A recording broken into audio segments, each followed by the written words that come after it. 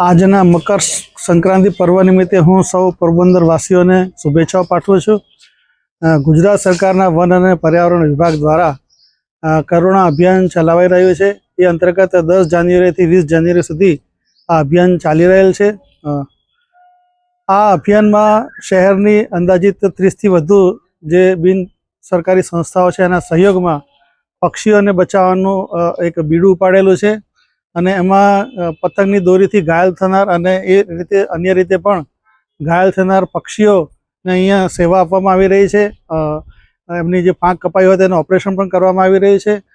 આજરોજ અંદાજે 15 જેટલા પક્ષીઓને રેસ્ક્યુ કરી અને લાવવામાં આવેલા છે।